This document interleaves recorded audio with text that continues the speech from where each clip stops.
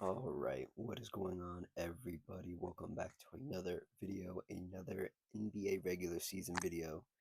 In this video, we're going to talk about NBA trades opening up in the next, I guess, like 48 plus hours. We're only 2 days away from almost every player being able to be traded.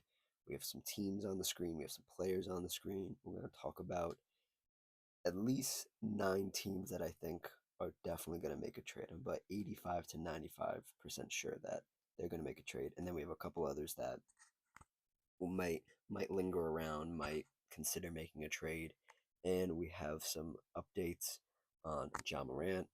We have some updates on Anthony Davis. So if you like what I have to say, like the video. If you have any opinions, comment down below. And if you just like the vibes, consider subscribing. So yeah, you got some teams in front of you, you got some players. The 9 teams I really want to talk about and really dig into, um, in no particular order, just going through it here. We have the Brooklyn Nets, we have the Toronto Raptors, we have the Cleveland Cavaliers, we have the Milwaukee Bucks, we have the Minnesota Timberwolves, we have the Utah Jazz, we have the Los Angeles Lakers, the Sacramento Kings, and the Dallas Mavericks. Now, first things first, let's talk about Anthony Davis and the Dallas Mavericks. Top right of your screen. Um, it's been very well known that the Dallas Mavericks want to move on from Anthony Davis. They just don't want to be in the Anthony Davis business anymore. And he had injured himself a couple of days ago now, and they were going through the options. It's a hand injury in his left hand, and it was a ligament injury. And Anthony Davis and the Dallas Mavericks and his team, like his agent and everything, were debating whether to get surgery if he needed the surgery. And it came out today, um, around 1 o'clock, that Anthony Davis is likely to undergo surgery to repair ligament damage in his left hand and will miss several months, sources tell ESPN and Shams Charania. His Dallas season is essentially over, given the prognosis and the Mavs' direction. Now, with that being said, there was a follow-up tweet that said the Mavericks are having renewed Davis trade talks with multiple interested teams. Sources say if moved a playoff contender, the return timeline could allow Davis to return during the postseason while establishing himself for the long term elsewhere. Now, I don't think I've really talked about Anthony Davis on this channel. And when I say that, I mean I like Anthony Davis. I like the idea of Anthony Davis. What I've seen from Anthony Davis post even last year, when he was still a Laker, um, I really liked. I think Anthony Davis still, I think he has a lot in the tank. And whenever I see him go down, and everybody knows this who watches basketball, whenever you see Anthony Davis go down, you just shake your head and you're like, oh my God, he's injured again. And it's unfortunate, but that is what Anthony Davis is known for. He's not known for his what used to be his defensive player of the year caliber defense. He's not known for what people thought he could be offensively in an MVP. His 3-point shot has gone down a lot. It hasn't really come back at any consistent form. And you become slightly worried about what is the future of Anthony Davis. Anthony Davis is looking for a max contract in his next contract, which would probably be his last contract, if we're being quite honest. Given his injury history, given his fit on a given team, it'll probably be his last contract, his last big contract. I think he's not going to get that max deal. I think he's going to get close to it. I think a team is going to tell him, hey, we're not going to pay you the max. We'll get you near the max, but we want to be under the first apron, the second apron, whatever the situation is for whatever given team. I think Anthony Davis needs to be somewhere where he isn't relied upon. And what I mean by that is, like, he needs to be like the third option on a team. It needs to be an established team already that has their 2 stars, and Anthony Davis is like the missing piece, quote unquote. Is that team out there? We'll go through some options here in a minute. But given that he's injured now, whatever team is going to trade for him has to have the understanding that he's not going to play till the spring. He's just not. It's not going to happen.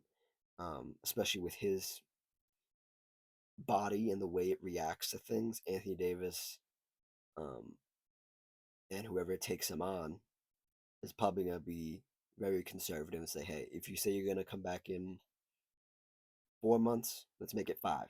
You come back in 5 months and make it six.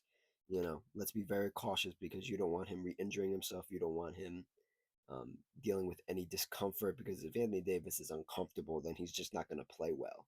And then what did you trade for him? Why did you trade for him? Sort of deal. I think I think a lot. And I'm going to continue to say I think a lot because I'm just free balling here. I'm trying to think of um, Anthony Davis scenarios. I th- I believe that Anthony Davis still has a lot left in the tank, and he still has some championship caliber basketball left in him. Where is that? Well, let's run through it a little bit. Let's run through it. Um, I'm just gonna go down the list here, and we'll probably do this with a couple players, not necessarily with teams. We'll probably do this with a couple players. Cleveland Cavaliers, no. Uh-uh. Knicks, you know, I'm thinking about it. On paper, Cat for Anthony Davis. I don't love it. I don't think the Knicks would do it, but something to think about. Golden State, no. We'll get to Golden State later. Um, Minnesota, no. Boston, no. Toronto's the one that keeps popping up. They popped up for Trey Young, they popped up for Ja Morant, and they've popped up for Anthony Davis. I don't think you I don't think you mess up what you have in Toronto for Anthony Davis. I think you need to go out and get a guard if you're Toronto. Um, not another big. You have so many bigs. You have Jakob Poeltl. You have um, Brandon Ingram, who's a small forward shooting guard, but you have like Scotty Barnes. The front court's just so packed. You don't need another guy down there. Philly, no. Back to the Lakers. There've been a couple jokes that he should get traded back to the Lakers. I don't think that's going to happen. Orlando Magic, no. Houston, no. Clippers, I don't think at this point the Clippers could try to do anything to save their season. You could do anything. That one's interesting though. The Clippers are only a first apron team. They have so they don't need to match salary exactly. I mean they're barely under the barely under the. Let's see here. I have it up right here. They're $1 million away from the second apron. So if they do get Anthony Davis, um, they would have to they would have to they would be over the first apron, and then Dallas Mavericks are over the second apron, so they have to match salaries exactly, and you would have to finagle the numbers there. Yeah, you would have to finagle the numbers. I like that idea though.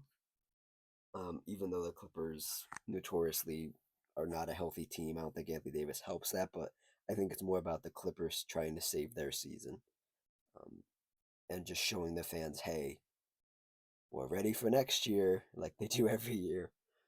Denver, no. Um, Pelicans, no. Phoenix, I'm intrigued at the idea. I just don't think Phoenix is far enough ahead, far enough. Like trading for Anthony Davis doesn't do anything for you, especially this year when you're trying to make the playoffs as the Phoenix Suns. Miami, now it's just popped in my head because I've seen a lot of discourse about Bam Adebayo, Miami Heat star, that fans aren't happy with Bam Adebayo. I've made my feelings known how I feel about Bam Adebayo. I just don't. Bam is just he is what he is. He's not anything special. He's just like another NBA player that's slightly above average. You know what I mean? And that's coming from somebody who really believed in Bam to be more than he is right now, and he just hasn't reached that. That's that. that peak that I thought he could personally, and a lot of people thought he could. Anthony Davis for Bam Adebayo would be something, and I've never seen that anywhere. That's coming from my own head and my own lips. Um, Maybe I might have to throw that one in the trade machine later. Sacramento, I would not wish anybody to betray the Sacramento. Portland, no. OKC, no. San Antonio, no. Indiana, no. Atlanta, that's the other one that people have been floating around. At least the Hawks were thinking about after the Trae Young trade was, hey, we're not done yet. We're going to go try to get Anthony Davis. Now that Anthony Davis is hurt, I don't know if they want to do that. I don't know if they want an immediate return on their investment. And they're not going to get it because Anthony Davis isn't going to play the rest of the regular season, so we don't know. Um, that might be dead in the water, so we'll see. Milwaukee, no. Um, Chicago, he is a Chicago native, but I don't see it. Charlotte, no. Memphis, we'll get to Memphis and John Moran in a minute. Detroit, you heard a lot of Detroit buzz early in the season for Anthony Davis. I don't think they do it now. I think that one's completely dead because the Pistons would need him to play, and he's just not going to play the rest of the regular season. Washington, no. Utah, no. Brooklyn, unless Brooklyn is just trying to get something from the Mavs. Additionally, plus Anthony Davis, then I don't think they can do it. Um, does Dallas even have? Dallas has their pick this year. It's supposedly going to be at 8 right now. I'm looking at the mock or the full yeah, the draft order I should say, not a mock. It's the draft order. They're sitting around 8 right now, and that's their only pick. Unless I don't think that works though. Unless you can convince like unless Dallas can convince Brooklyn to give up their pick in this year's draft and move back, they swap their picks essentially from like 8 to 5. I don't think Brooklyn does that. I don't think they care enough about Anthony Davis. Um, yeah, so that's the Anthony Davis stuff. I don't know, man. It's just so it's just so confusing and convoluted. It's I think I'm gonna say this a lot in this video as well. There's gonna be a barometer, a thermometer for like, is this a trade that gets done mid-season, or is this something that probably might get kicked down the road and they say, hey, let's revisit this in the off season when we have clearer heads, when we have more cap space and all that stuff. I truly believe that the Dallas Mavericks want to get rid of Anthony Davis. They want to, like, they would probably almost do anything to get rid of him. I just don't know if it gets done because he wants the max extension. He's injured. He's injury prone. He's 30 something years old. He doesn't play. What do we, if I'm a team, like, what positives am I getting from Anthony Davis that he plays? I mean, sheesh, we can go look at how many games he's played this season. Let me see. Anthony Davis. He's 32, by the way. He'll probably be 33 at some point. Um, yeah, he's gonna be 33. Yeah, wow. Okay, yeah, he's gonna be 33 in a little bit here. In like, was that March? That's a March. Yeah, March in March. Yeah, he's gonna be 33 in March. So by the time he comes back from this injury, he's gonna be 33. Um, and this year he's played uh 20 games. Yeah, 20 games. And jeez, I wish I could. Why does ESPN suck with like their general stats? Like, I just want to see like Anthony Davis like full stats. Like, I don't care that much. He's played 20 games this season. He didn't play that much last year either. You guys know the drill. I don't need to tell you specific numbers about Anthony Davis. You guys know. If you watch basketball, you know about Anthony Davis. Okay. Before we move on to the John Morant news, I do want to talk about the next player. Bottom left of your screen. Um, Rising star, continuous star, newly minted star, newly forming star, um, Michael Porter Jr. I have my thoughts about Michael Porter Jr. off the court. I think he's that weird guy in class. You ever that weird guy in class that just doesn't shut up and he just keeps talking? Yeah, that's Michael Porter Jr. But because he's weird, we like him. And because he can play basketball at a high level, we like him. And because he was sent to Brooklyn to just rot and lead the tank over there, um, he actually turned his career around a little bit and teams want him again. Um, I think Michael Porter Jr. is a very interesting character because he could go almost anywhere and fit in. He could go to a team that's treading water and he could raise them up. He could go to a team that's trying to compete in the playoffs and raise them up. Um, there's a bunch of different scenarios for Michael Porter Jr. Um, I think he is a instant offense sort of guy, and now that he's played sort of two different roles, he's played the role with the other star when when he was in Denver with Nikola Jokic and Jamal Murray and like all the other guys. He's been around stars, and now he's been around nobody, and he's basically had to carry a team in the Brooklyn Nets, who are, let's see here, where are the Brooklyn Nets standing at? They're not doing spectacular, but at least they're 11-26. Um, yeah, they're 11-26. So we'll see. We'll see if he stays, if he doesn't. Some teams that have been floated around. Um, Golden State has been floated around a lot. I'm gonna be honest. When I hear this stuff as a Steph Curry fan, um, it boils my blood because I'm like, um, boils my blood because I'm like, why didn't we just do this in the the, the season in the off season before? We could have had Michael Porter Jr. all this time. Now you want to like go back and do it? Okay, cool, whatever. Um, I think he does help the Warriors. I just don't know if it's enough.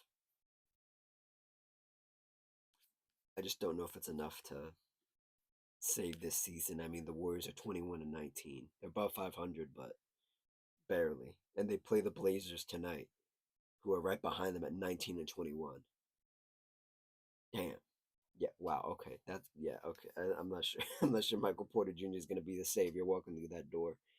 Um, some other teams here. I mean, we run through them again. Cleveland's interesting. Maybe I don't think. I don't think. I don't think Cleveland's.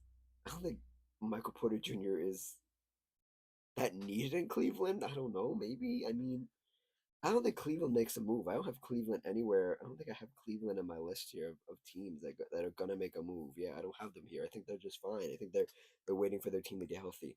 The Knicks, no. Golden State, we already talked about. Dallas, no. They're gonna rebuild. Minnesota, maybe, maybe. No, yeah, maybe. I don't know how that works financially, but maybe you could get that done. I don't. Boston, no. Toronto, eh. Philly, no. Lakers, no. Orlando, no. Houston, no. Clippers, maybe. Denver, back to Denver, no. Pelicans, no. Phoenix could be really interesting. That could be an interesting one. I would get down with that. Miami, Sacramento, Portland, OKC, San Antonio. If I'm This is just me spitballing here. This is just a raw idea. I'm San Antonio. I poke around. I ask Brooklyn. I'm like, hey, what would you want exactly? Like, do you want some young guys? You want to pick? What are you exactly looking for? You know, I'd poke around that. That seems like an interesting wrinkle that Oklahoma, not Oklahoma, San Antonio could add. Pin that one. Indiana, no. Maybe if Michael Porter Jr. stays on the Nets and doesn't get traded during this trade period, maybe in the offseason, the Indiana Pacers could revisit it. Maybe. Atlanta, no. Milwaukee, same thing with the Warriors. I don't think Michael Porter Jr. is changing the season for them. Chicago, no. Charlotte, no. Memphis, no. Detroit. Detroit is one I thought about even in this past off season where I was like, this could work. I like Michael Porter Jr. in that Detroit system. I like that one a lot, and I still like it. I don't know what the trade would be, but I like that one. Washington, no. Utah, no. And then he's on the worst team in Brooklyn, so he can't go back to where he already is. So yeah, those are the two really big names that are to watch. We do have another one that's lingering around. That's still lingering around. Um, in Giannis, this is one of those things where I think they try the Milwaukee Bucks try to make a trade this trade period. Um, I don't think they trade Giannis though. I think they keep trying to build around him, and they keep desperately clawing to say, "Hey, Giannis, look, see, we're trying." I think this Giannis thing carries on into the off season, and maybe he gets traded this next off season. I don't think it happens during this trade period. I really don't. I the breadcrumbs aren't there. The teams aren't calling. You haven't heard any rumors or anything. It's really died down unless it's a surprise trade that nobody's thinking of. I really don't think Giannis is gone. I think he's there in Milwaukee, at least for the next couple months. So there's that. Um, let's let's talk about a few of these teams here. While I have you looking at the bottom right of the screen, the Kings, man, one. If I'm the Kings GM or whatever, I would just blow this team up. This team sucks. Even though they beat the Lakers last night, very very surprisingly, I'd blow this thing up. This thing sucks. This thing is so bad. This team is so bad, dude. Where are they? Where are the Kings here? There they are. The Kings are. Let's see, where are the Kings hanging around? The Kings are 10-30. Hell yeah! I got to your 10th win. Woohoo! This team just sucks, dude. Every time I look at this team, when I watched them the other day, I was like, what the hell is this team, dude? This team is just so weird. It's so bad. There's no Domantas Sabonis because he's injured. Um, you know you're scraping the bottom of the barrel when you got Russell Westbrook on a team, when you got like Zach Levine, DeMar DeRozan, like, ugh. I don't personally, as a fan of it, basketball, I don't like any of those players. Um, at least the way they play basketball at this point in their careers, I just don't like it. The only thing I've seen really is like DeMar DeRozan to the Clippers, and that doesn't do anything for either team. And I just think this team is gonna have. Let's see where they're standing right now. This team is gonna have at least a top five pick. So I think you wash your hands of all the vets you have on this team. Let Russ fill the seats in Sacramento, and just move on because this era of Sacramento Kings basketball is over.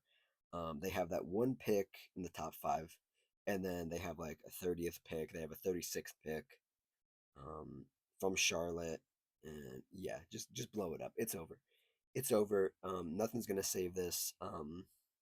It's done.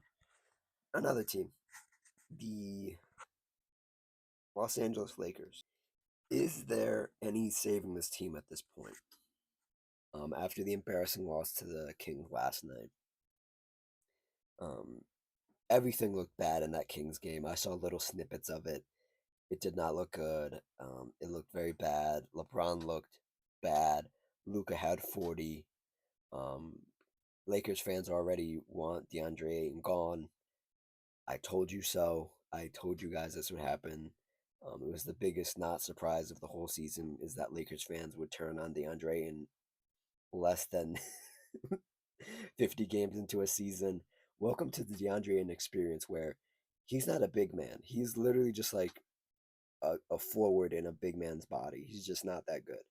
Um, is there anything to save this season? There's things, there's possibilities of which I don't think are realistic. And when you talk to Lakers fans, they aren't realistic. I think the best thing you can do is just let the season pan out as it may. Just let it go. Just let it go. There's nothing to there's no actual way to fix this team unless you're gonna get like three actual defenders for the cheap, which you aren't. The only thing I've seen is like Herb Jones or Trey Murphy to the Lakers. I don't think that's happening. I just think this team is poorly constructed, and I think the best thing at this point is to wait for LeBron to retire so you have that money opened up so you can actually be a competitive team again. Because at this point, LeBron's longevity stats are half baked because he does not participate on defense anymore. He is a purely offensive player, um, and that clashes with Luka's at times purely offensive mindset as well. And you can't have two of those guys. You can have one of them and maybe be successful. You can't have two of them, especially one that's 40 years old and another one that has to do everything on offense because he's the star of this team, um, and really can't participate on defense because if he gives 50% defense and 50% offense, the team is probably going to lose the game. So you're just in the middle of this pickle, and I don't think there's a solution right now. I really don't. I do want to look. Are they over the second apron? No, they're not. They're not a second apron team. They're only a first apron team. Man. And they're 23 or 14. Yeah, yeah. I would just hang around here. I would hang around here. Stay out of playing. Try to tread water. Try to stay in this top six. Um, maybe one of these teams starts trailing downwards. I mean, I don't think it's gonna happen. You look at Oklahoma, San Antonio, Denver, Minnesota. I don't think any of those teams are dropping, unless something catastrophic happens. I don't think any of those teams are dropping. Um, yeah, and I mean, nothing for nothing. I think the Lakers have enough to beat Golden State, to beat Portland, to beat Memphis, to beat the Clippers if they are to play in the playoffs. I think they have enough to beat them. The other teams that they're around, they don't have enough to beat them. They don't have enough to beat Minnesota. They don't have enough to beat Denver. They don't have enough to beat San Antonio. They don't have enough to beat Oklahoma. So you're just in the middle as the Lakers, and that's never good because the Lakers want to be successful, especially with a new owner, especially with this new group of people in the front office, um, and around the team. A new coach in JJ Redick wants to be successful. I just don't see it in this era with LeBron and Luca. I think there needs to be some waiting, and we can have the LeBron James trade conversation again at All Star break when we're a little closer to the trade deadline. I just don't know how to feel about this Lakers team. It's very confusing. It's very weird. There's a lot going on. I don't I had this team pegged really high. I'd been picked really high in my preseason like rankings and videos, and it's not looking good. I think everybody was right and I was wrong, and I'll admit it. I'll put my hand up and I'll admit it. Okay, the next teams. Actually, let's talk about the John Morant stuff here. I want to talk about the John Morant stuff. Let's see. Let me pull this up. The John Morant stuff has been going around for a little bit now. Will they? Won't they trade him? Um, if they are, where to? And then yesterday, a report came out that um, if the Memphis Grizzlies do trade John Morant, it probably means it's the end for Jaren Jackson Jr. in Memphis as well, which means you trade your two All Stars. You traded the other two really high caliber players couple last season, the season before that one, um, and this era of Grizzlies basketball would be effectively over. Going from a Western Conference Finals team, going from a team that beat a very competitive Warriors team, with that 3 years ago at this point, three, four, no, 4 years ago at this point, um, it'd be over. And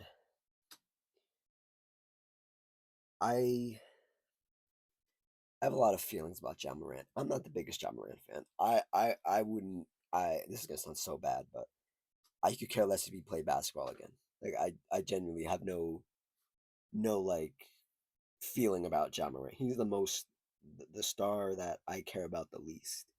That I if he never picked up a basketball again, I wouldn't miss him. I wouldn't care. I'd be like, cool, whatever, fine. And I mean that in a positive way. Like if he just like, yeah, I'm just gonna retire, it's over. Like I think every part of his game has depreciated, has gone down. Maybe except his defense. His defense has gotten better as he's been in the league longer. His athleticism has gone down. His 3-point shooting has gone down. His his leadership has dwindled. Um, Maybe that's a product of just being on the Memphis Grizzlies. I don't know. There's so many questions of is this Ja or is this the situation he's in? I think it's 50-50. I just think Ja's I think at times completely checked out of Memphis. He doesn't like the coach there. He was a Taylor Jenkins guy. I just don't. Well, Taylor Jenkins, their previous coach, and now Thomas Isolo, their current coach, he doesn't like Thomas. Um, I I think Ja's a very interesting person because he thinks his offense is heliocentric. Like when he's playing his best basketball, he is the sun, and everything else is revolving around him. I think that was true 2 3 years ago. I think now he's a very complicated star because he can't be the number one guy. The way he acts, the things he does off the court, on the court, the vibe that he brings to each team, he is a culture changer in a positive way. I think you get him in the right situation with the right people around him, that being like other players, I think he'd be fine. But him being the lone star on a team is not good. And if he is to get traded, word on the street from Rachel Nichols, a NBA insider, and yeah, Rachel Nichols, not the most reliable source, but one that I like 40% trust, 50% trust. John Morant wants to go to Miami. I think that's a terrible idea. I think I think it's a terrible idea for Miami. I think if you're the Memphis Grizzlies, you try to make that deal happen and you try to get Tyler Hero out of it because Tyler Hero on this team, on this Memphis team, with let me see here. Where's Memphis? I don't have Memphis pulled up here. I'll pull it up right now. Tyler Hero on this Memphis team would be quite interesting. Um, if it is a rebuild, that means guys like obviously Jaren Jackson, John Morant are gone. It probably means Ken Davis Caldwell Pelp is gone. Maybe guys like Brandon Clark are gone because you want to focus on Zach Edey. It opens up a lot of playing time, opens up a lot of space, and it leaves guys like G.G. Jackson, Cedric Howard, um, Ty Jerome, Jock Landale, Scottie Pippen Jr., Javon Smalls, Cam Spencer, who's been really good, Jalen Wells to lead your team, Vince Williams Jr. to lead your team, along with whatever assets you get from a trade. I think that's a really good start to a rebuild. I think it'd be a very quick rebuild if you are smart. Now, do I think this actually happens? No, I don't think it happens during the season. If it does, it is a legit like salary dump. Like they just want John Morant out of the locker room and get him out of town. I don't think we've quite reached that point yet, unless something comes out in the next couple days. I don't think we've quite reached that point yet. I think at some point they tell Ja, hey, just go home. Just go home. We don't need you. You'll get traded in the off season. Don't worry about it, right? Memphis has a lot of picks in this upcoming draft. They have one, two, three. If 3 picks, yeah, 3 picks. One that's a almost top 10. Um, I think this trade happens in the offseason. I don't think it happens. If it does happen in the season, I think Ja does end up in a place like Sacramento where they're just like, hey, Sacramento, we'll take your problem if you take our problem. We'll take um, DeMar DeRozan. We'll take Zach Levine. We'll take whoever you want. Just get this guy off our hands. I think that's what would happen. And to be honest, I think John Sacramento is probably the best thing for him. If you know anything about Ja, he's just all types of interesting, to say the least. Lots of problems off the court. None that are anything too violent or too like um, crazy, but he's just like immature, and it's a product of him being enabled by the people around him. And I think if he is in Sacramento, somewhere where there isn't a lot to do, somewhere where the team is just dysfunctional enough, and Ja has been more successful than the whole Kings franchise the last couple of years. I think Ja coming in there, having to be the adult, having to be around guys like Domantas Sabonis, having to be around guys that actually care about winning basketball and at least trying, being around a guy like Russell Westbrook, which would be huge for him, I think, would be the right place for him, in my mind. I think for his long term future, Ja going somewhere where there isn't a lot to do, where there isn't anything to do but play basketball, is the best thing for him. I think him going to Miami would probably be the worst thing for his career. So yeah, that's it. The Jaren Jackson Jr. thing just came out the other day, so I'm not going to get too deep into it. There has been some rumblings that the Celtics would be interested. I don't know how I feel about that. I mean that's literally just conceding this season, saying, "Hey, we put up a fight first half of the season. Let's just tank the rest of the season." Um, or maybe not. Maybe does the team of Jaren Jackson Jr. and Jaylen Brown with some other auxiliary pieces, plus you're going to lose some of those pieces in a trade, enough to keep the Boston Celtics top three? I don't think so. I think if I'm the Celtics, I don't even entertain the idea. I think maybe if you start to go on a skid a little bit, maybe you start thinking about it. But at this point, you're third in the Eastern Conference, and people thought you would be like bottom of the conference. You stay right there. You don't do anything to this team. You don't touch this team. You leave it as is. Moving on here, sort of Ja Morant adjacent topics. The other teams that have been floated around for Ja Morant are teams like the Toronto Raptors, um, purple jersey Toronto. Manuel Quickly, number 5, would have to be in that trade. And then the Minnesota Timberwolves, right above that in the Timberwolves jersey, number 5, Anthony Edwards. Not traded, but Ja Morant would join Anthony Edwards in Minnesota. Um, Financially, this trade is almost impossible for the Timberwolves. It would be doing like backflips trying to get him to Minnesota. I don't know all the details. I don't have all the contracts in front of me, but it will probably be some variation of like Dante DiVincenzo, Rob Dillingham, and like another big deal like where is he? Julius Randle or like Nas Reed or somebody, or just somebody to make the money work. I don't really love Ja in Minnesota. I think him and Ant would be a fun duo. I just don't think that wins you a championship. And I think that's what the Timberwolves are so close, dude. They are so close. They've been so close so many times. I don't think Ja fixes any of their problems. I don't think Ja helps. If you're looking for entertainment value, sure. Um, Also, Toronto on that list, like I mentioned. I kind of like it. I kind of like it.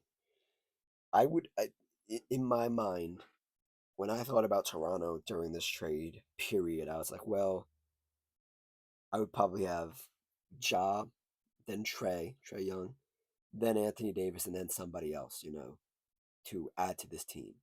Ja's the top candidate to be on this team. I think he'd be great on this team.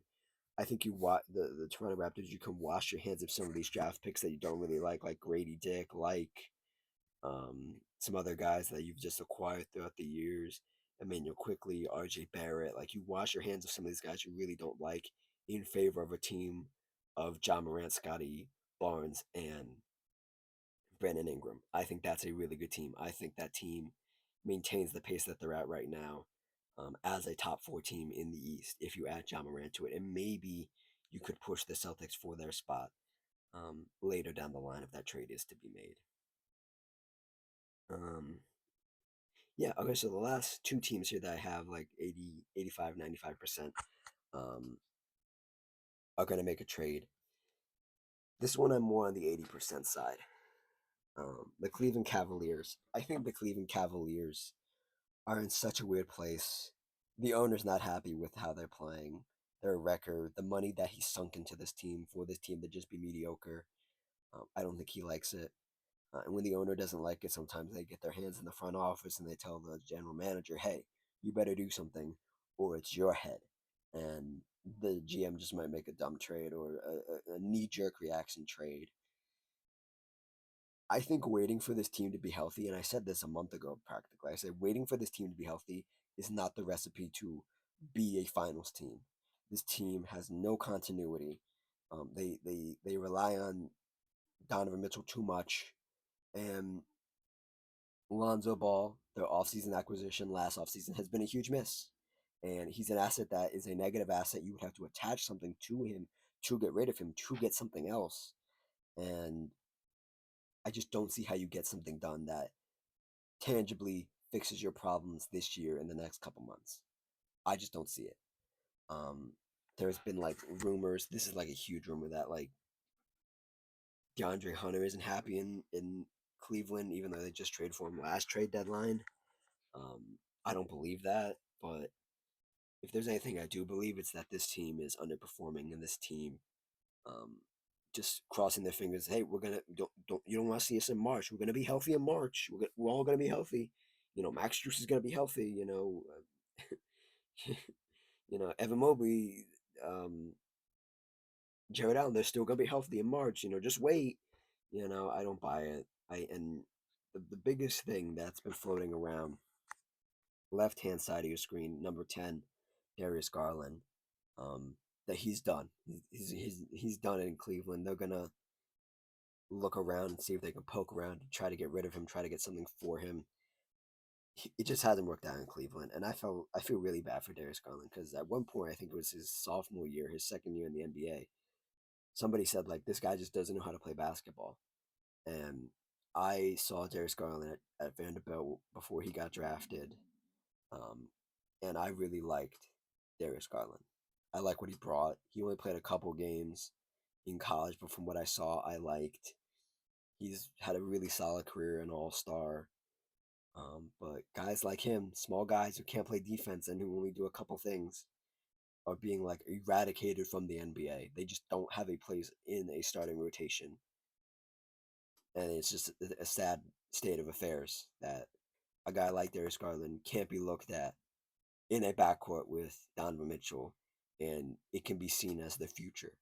You can only have one of these guys, and Donovan Mitchell isn't a bad defender. So if you're gonna pick Donovan Mitchell over Darius Garland, that's the right thing to do. And where Darius could go, I don't know. I just think that's the one piece they have to say, hey, we give you Lonzo Ball and Darius Garland, and you give us something back. I think that's the only way they could do it. They are a second apron team. They are hard capped right now. They would have to make salaries match exactly, and yeah, it's tough for Cleveland to get anything done at this point. But maybe they could. Maybe they could. And the last team I want to talk about here, in the almost definitely trades category, is the Utah Jazz. Um, Utah Jazz, will they, won't they trade Lauri Markkanen?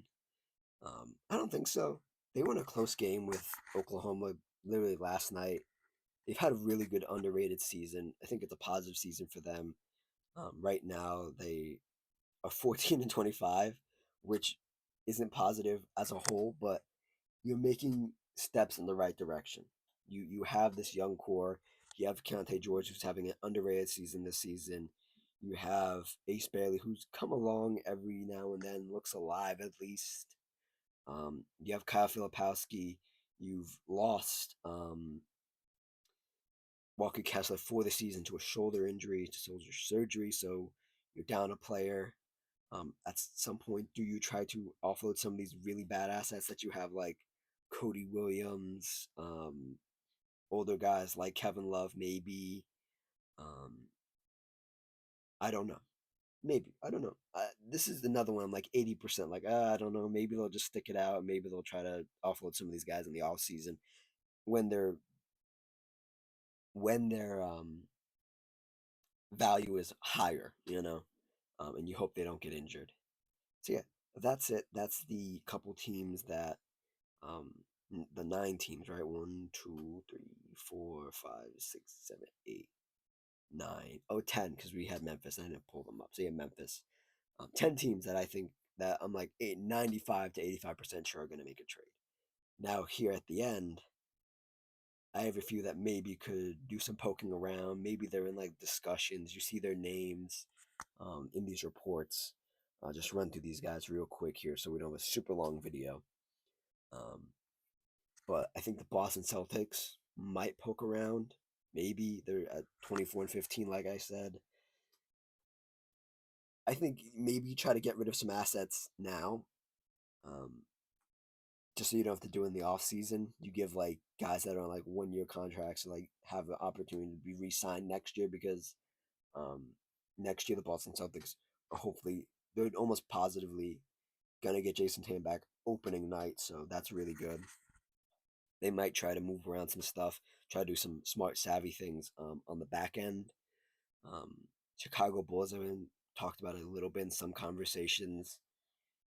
I don't even know how to feel about the Bulls. The Bulls are just they're such purgatory right now. Kobe White's still on this team. He's gonna get a contract this offseason, whether it's from Chicago or somebody else. Do they get rid of him? Do they try to add to this young core of like Montes Buzelis, Josh Giddey? Um, yeah, that's the young core. Do they try to get rid of Patrick Williams? I don't know. We'll see about them. Detroit, unless something really good comes along that you can't resist, you just keep the team the same. I could see them maybe trying to like poke around and try to get some more bench pieces, but I don't think they're going to do anything. I think they're fine right where they are. They're 26-10. Don't touch this team. The Warriors, man, oh man.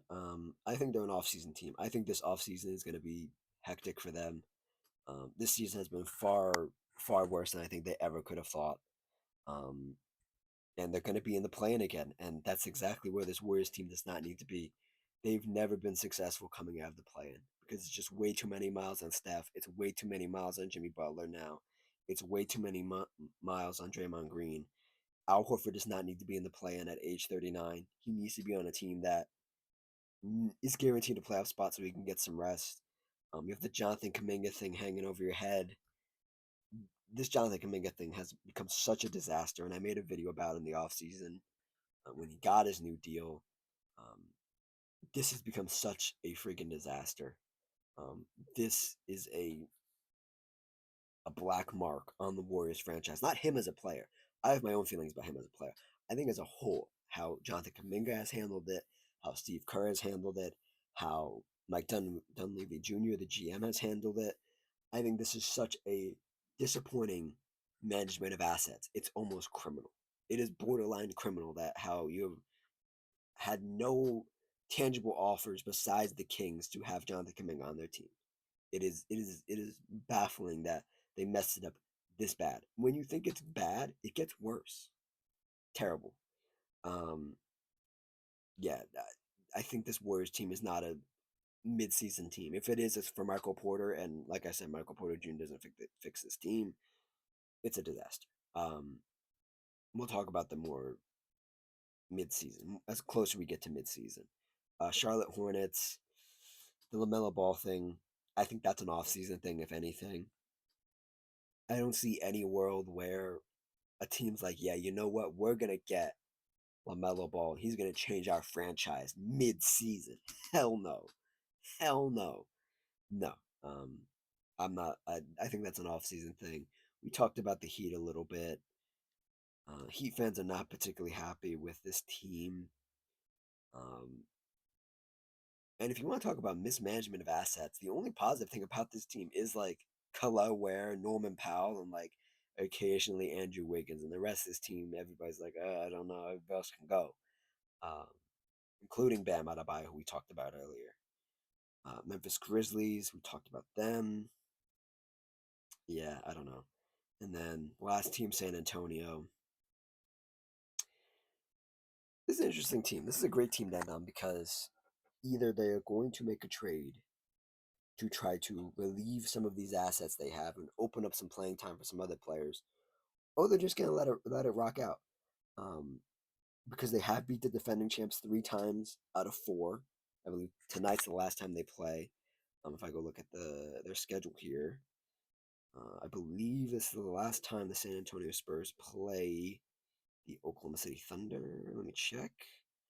Yeah, tonight at 8 p.m. on NBC and Peacock, and then no, they play them one more time on February 4th, and then that's the final time. So this is the second to last time they're going to play each other. If they beat them again, I don't think they make a move. If they lose to them, I don't think they make a move. Um, I think you just wait for this team to get healthy. I think you really try to see what you have. The team has been really great when it's been hitting on all cylinders. Um, Stefan Castle has sort of tapered off. Julian Champagne's been stable enough. De'Aaron Fox has been stable enough. Dylan Harper's been really good. Um, Keldon Johnson has had really spectacular moments this season. He looks like he's a real building block piece again after I've been like banging this table saying trade him, trade him. He's not worth anything right now. You just got to get rid of him. He's come back up. Luke Cornett's been a great offseason acquisition. Jeremy Shohan is maybe the only person here that I'm like, if they're going to make a trade, Jeremy Shohan has to be in it. Um, Devin Vassell's looked decent at times. Lindsey Waters has played like garbage time. I don't even know why I brought him up. And then Victor Wembanyama, the piece you're trying to build around for the future. So if anything happens, it has to benefit Victor Wembanyama during the season. So yeah, that's it. That's the video. I knew this video would be long. I hope you guys enjoyed it. This is like my mini, I guess, pre-trade period prediction sort of video. I don't know. I just want to make a video about the trades that could happen. Um, Seeming that I almost didn't make this video when this Anthony Davis news came out that he's injured. Because I was like, there's really no other move to be made except Michael Porter, and you guys don't want to hear a whole video about Michael Porter Jr.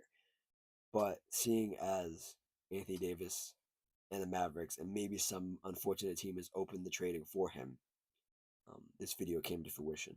So yeah, if you like what I say, like the video. If you have any opinions, comment down below. Um, yeah, and I will see you all next time. Cheers.